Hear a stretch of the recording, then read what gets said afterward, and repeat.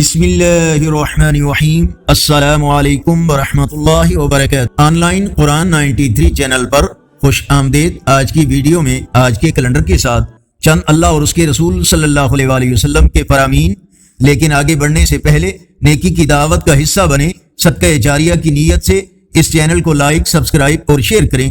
Bell icon پر click کر کے آل پر click کریں تاکہ ہر آنے والی ویڈیو آپ تک پہنچ سکے۔ اللہ تعالی نے ارشاد فرمایا، سلامتی ہو اس پر جس نے ہدایت کی پیروی کی۔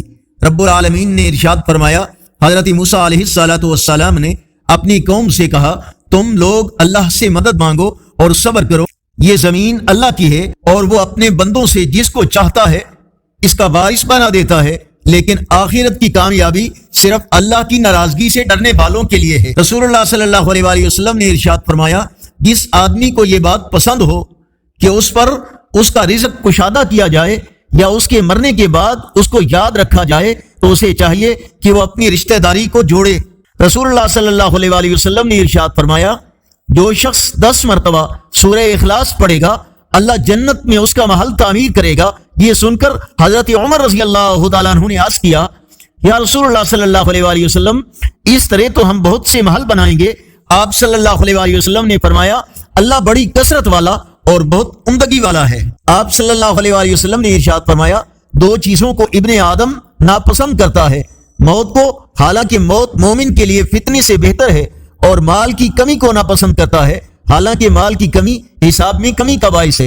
نبی کریم صلی اللہ علیہ وآلہ وسلم نے ارشاد فرمایا، حضرت عبداللہ ابن مسعود کہتے ہیں کہ میں نے رسول اللہ صلی اللہ علیہ وآلہ وسلم سے پوچھا کہ اللہ تعالیٰ کی بارگاہ میں کون سا عمل زیادہ محبوب ہے؟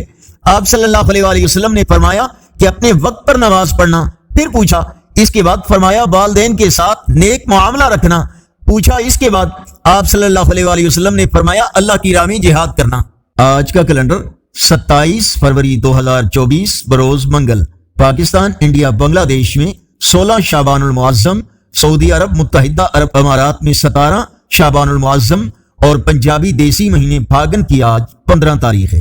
نیکی کی دعوت کا حصہ بنے اللہ اور اس کے رسول صلی اللہ علیہ وآلہ وسلم کے فرمان کو زیادہ سے زیادہ لوگوں تک پہنچانے کے لیے لائک اور شیئر کریں۔